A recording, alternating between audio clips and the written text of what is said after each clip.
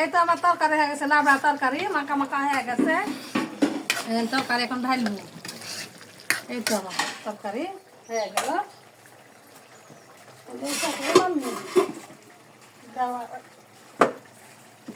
এই তো তরকারি হয়ে গেল, লাবড়া তরকারি আমার।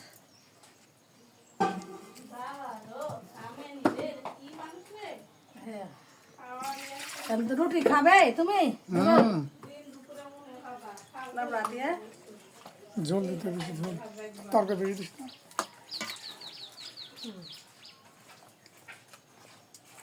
এই তো লাবড়া দিন।